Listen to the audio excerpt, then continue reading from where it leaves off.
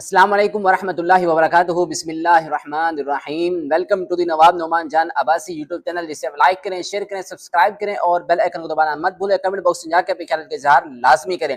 तो मेरे दोस्तों, आज नुक़्ततुल हदीस की मैं 12वीं हदीस के साथ आपके सामने हाजिर हुआ हूँ, जिसका टॉपिक है मस्जिद में दाखिल होते वक्त और निकलते वक्त की दुआ और इन दोनों दुआओं की फजीलत। तो इस हवाले से मैं आपके सामने एक अर्ज करना चाहूँगा। आजकल हमारे यहाँ हालात किस तरह हैं, लोग मस्जिद में दाखिल होते हैं, किस अंदाज में होते हैं, या निकलते हैं तो किस अंदाज से निकलते हैं कि जिसकी वजह से उनको मस्जिद में आते वक्त जो उनको खैर और भलाई मिलनी होती है वो नहीं मिल पाती, जाते वक्त शैतान से हिफाजत और रब की फजीलत मिलनी होती है वो नहीं मिल पाती। लोग परेशान हाल हैं, उनकी परेशानी नहीं खत्म हो पाती, लोग मकरूज, उनका कर्ज नहीं दूर हो पाता, लोग जो है बेहाल हैं और लोग जो है इस वक्त रोजगार घूम रहे हैं, उनको रोजी रोटी का सिलसिला नहीं मिल रहा, पर वो मस्जिद में आते हैं, दुआएं करते हैं, ऐसे चले जाते हैं। तो मस्जिद में दाखिल होने का जो अदब है या जो निकलने का अदब है वो पूरा मलहूज़े खातिर नहीं रख रहे होते, वो अदब बजा नहीं ला रहे होते। इसकी वजह से उनको ये फायदा हासिल नहीं हो रहा होता मस्जिद में आने का। तो इस हवाले से मैं आपके सामने अर्ज करना चाहूंगा कि लोग अक्सर होते हैं जो मस्जिद में आते हैं, जल्दी जल्दी मोटर बाइक को लॉक किया और भागते भागते मस्जिद में आ गए। कुछ लोग ऐसे होते हैं कि जो 3-4 दोस्त इकट्ठे आ रहे होते हैं, या 2 दोस्त या जान पहचान वाले इकट्ठे आ रहे होते हैं, बातें आपस में कर रहे हैं, कचहरी कर रहे हैं, हंस खिल रहे हैं, जल्दी जल्दी मस्जिद में आ गए।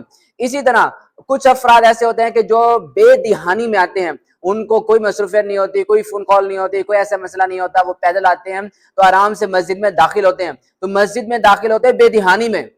जब वो मस्जिद से निकलते हैं तो लोग इस कदर मस्जिद से निकलते वक्त भागते हैं कि नमाज पढ़ी, जो मसरूफ अफराद होते हैं दुआएं मांगी और ऐसे ही भाग गए। फिर कुछ अफराद ऐसे होते हैं कि जो सुनते पढ़ी, बातें की और ऐसे ही भाग गए लोगों के साथ। तो कुछ बेदिहानी में निकल जाते हैं। तो इनका अदब जो मस्जिद का नहीं करता, तो रब्बुल आलमीन उनको वो खैर भलाई भी नसीब नहीं करता।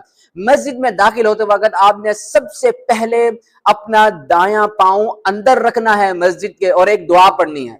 फिर उसके बाद जब आपने मस्जिद से निकलना है तो मस्जिद से निकलते वक्त अपना बायां पांव पहले बाहर रखना है, फिर एक दुआ पढ़नी है, जिसकी वजह से आपको मस्जिद में आते वक्त, जाते वक्त और बाहर बहुत ज्यादा फायदा होगा। इस हवाले से मैं एक हदीस आपके सामने अर्ज करना चाहूंगा।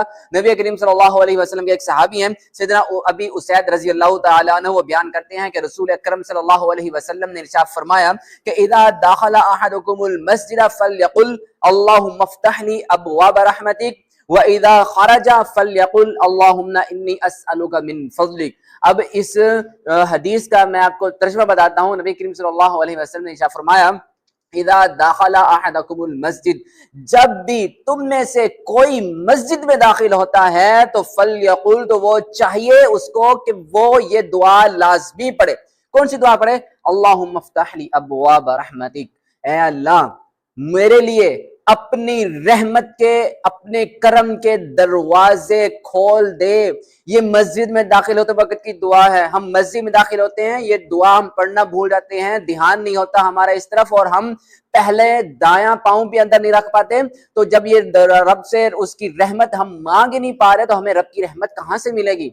इस तरह जब हम मस्जिद से निकलते हैं तो नबी करीम सल्लल्लाहु अलैहि वसल्लम फरमाया, व इदा खरजा, जब भी इंसान मस्जिद से निकले तो निकलते वक्त फलयकुल, उसको चाहिए कि वो ये दुआ पढ़े, अल्लाहुम्मा इन्नी अस्अलुका मिन फज़लिक, ए अल्लाह अब मैं मस्जिद में आया हूँ, तेरे घर में आया हूँ, मैं तेरे घर में आके तेरी नमाज पढ़ी है, तुझे याद किया है, तुझसे मैंने कुछ मांगा है, मैंने तुझसे दुआएं की हैं, तेरे लिए मैं सजदा करके जा रहा हूं। तो अब जाते वक्त मुझे तोहफे में कुछ चाहिए। वो क्या है कि अल्लाहुम्मा इन्नी अस्अलुका मिन फज़लिक, ए अल्लाह मैं तुझसे तेरे फजल का सवाल करता हूं, तेरे नजर करम का सवाल करता हूं, तेरी बरकतों का सवाल करता हूं। ये चीज नबी करीम सल्लल्लाहु अलैहि वसल्लम ने हमें सिखाई है कि वो बायां पांव निकलते वक्त मस्जिद से पहले बाहर रखे और ये दुआ पढ़ ले। तो यकीन जानिए वो इंसान हमेशा पुरसुकून रहेगा, रब की रहमतों में रहेगा, रब के फजल में रहेगा। मस्जिद में आएगा पूरे अदब अदाब के साथ, रब से जो चाहेगा मांगेगा मिलेगा। मस्जिद से निकलेगा पूरे अदब अदाब के साथ, फिर मस्जिद के बाहर के लिए जो उसने मांगा, बाहरली लाइफ के लिए मांगा, जो चीज मांगी वो उसको मिलेगा, उसकी दिली मुराद पूरी होगी। तो मेरे साथियों, यहां से आप अंदाजा लगाइए, हम सुप्रीम कोर्ट में जाते हैं, ہم عدالت میں جاتے ہیں، ہم کسی بھی دفتر میں جاتے ہیں، حتیٰ کہ ہمارا کلاس رومز میں جاتے ہیں تو سب سے پہلے ہمیں اجازت لینی پڑتی ہے، پورے ادب و اداب کے ساتھ وہاں داخل ہونا پڑتا ہے۔ اسی طرح ہمارے اصول اور ضوابط جو دنیا کے ہیں اس حوالے سے اگر ہم عمل کر رہے ہیں تو مسجد اللہ کا گھر ہے، رب کو سجدہ اور عبادت کرنے کی جگہ ہے، بندگی کرنے کی جگہ ہے۔ تو جب ہم رب کے گھر کا ادب ملحوظ خاطر نہیں رکھیں گے، ادب نہیں بجا لائیں گے، تو پھر ہمیں بھی کسی قسم کا فائدہ نہیں ہوگا۔ جو بے ادب انسان ہوتا ہے، جو بے شعور انسان ہوتا ہے، اگر وہ کسی بھی ادارے میں چلا جائے، اس کے رولز فالو نہ کرے تو اس کو نکال دیتے ہیں۔ تو رب اپنے گھر سے تو نہیں نکالتا، پر رب آپ کو اپنی رحمت سے محروم کرتا ہے، رب آپ کو اپنے فضل سے محروم کرتا ہے، کیونکہ آپ ادب کے بغیر اس کے گھر میں آئے اور ادب کے بغیر اس کے گھر سے نکلے۔ تو میرے دوستو، میں آپ کے سامنے یہی گزارش کروں گا، جب بھی آپ نے مسجد میں آنا ہے تو یہ دعا اللہم انی اسألک من فضلک اور اللہم افتح لی ابواب رحمتک نکلتے وقت اور داخل ہوتے وقت کی لازمی دعا پڑھنی ہے، اور اپنا دھیان لازمی یہ رکھنا ہے کہ مسجد میں داخل ہوتے وقت دایاں پاؤں اور نکلتے وقت بایاں پاؤں لازمی رکھیں اور یہ دعا پڑھیں، تو دیکھیے گا آپ کی زندگی کیسے سنور جاتی ہے۔ تو یاد رکھیے گا۔ تو آج کے لیے بس اتنا ہی، تو تب تک کے لیے do whatever you want to do man but don't trouble your father mother, good luck and stay safe.